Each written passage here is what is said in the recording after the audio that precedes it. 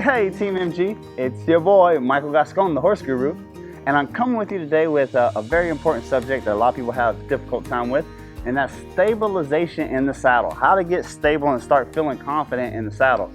And we're going to be talking specifically today about the lower leg. Now, for all my trail riders out there, for all my people doing horsemanship, first and foremost, I'm always telling you guys, sit deep.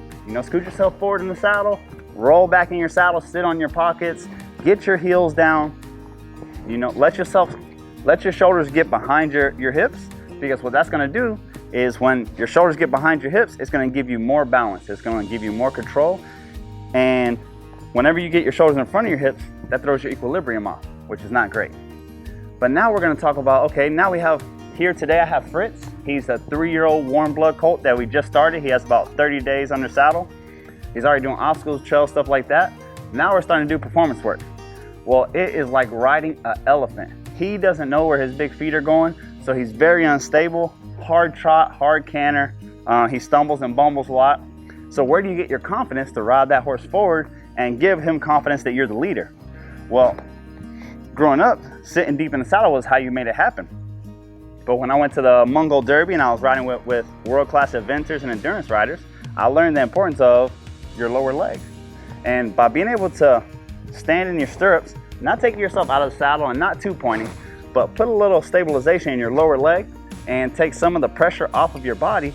Now, every little stumble and fumble he makes whenever he is gallivanting around like some kind of dinosaur from the Lost Age, it doesn't have an effect on your body, and he's not jarring your teeth, which allows you to be a clearer communicator with the horse.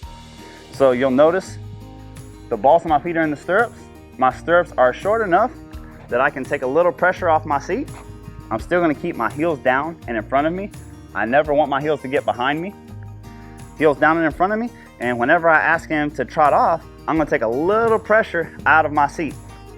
So we'll move off here.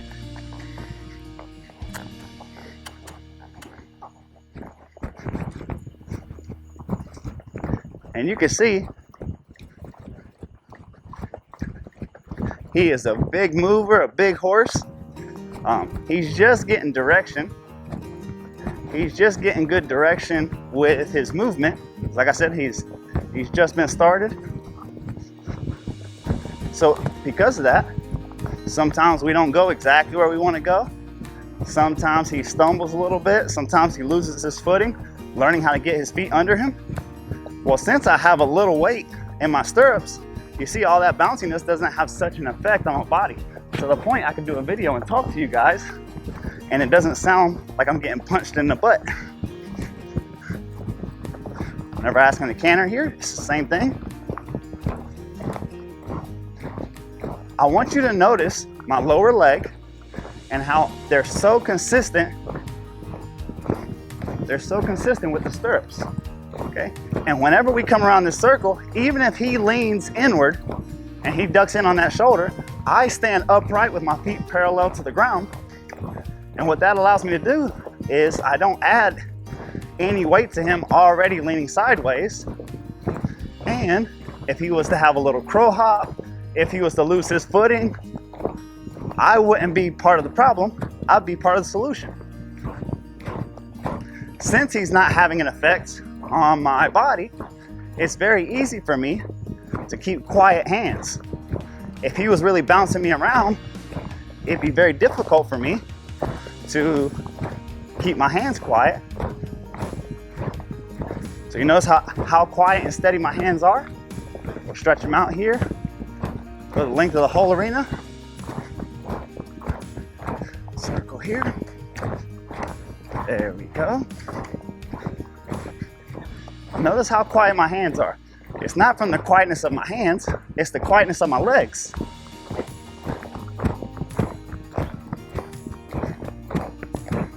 Trot.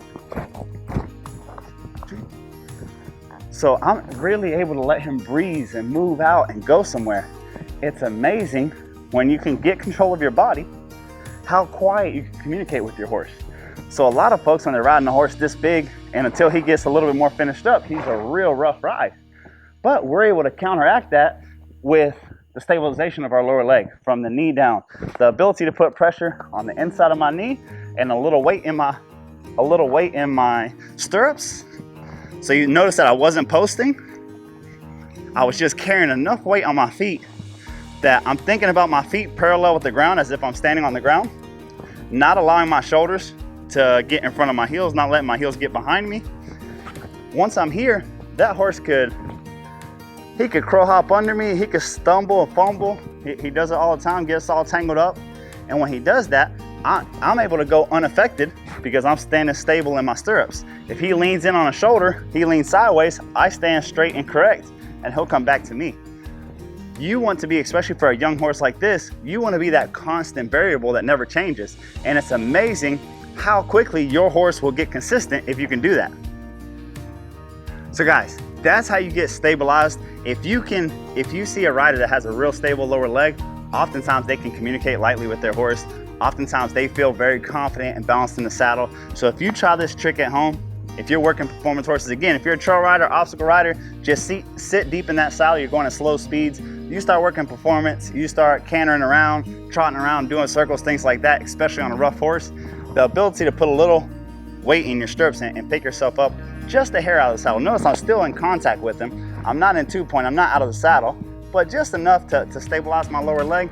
It'll make a world of difference in your confidence in your riding, your ability to communicate quietly with your horse, and that's how you're gonna find confidence in the saddle. Thank you. Hey guys, thank you so much for watching our video.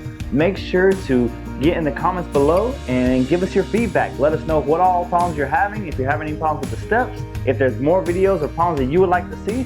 We just want to better help you bond with your horse and help fix some of your equine problems and reach your equine goals.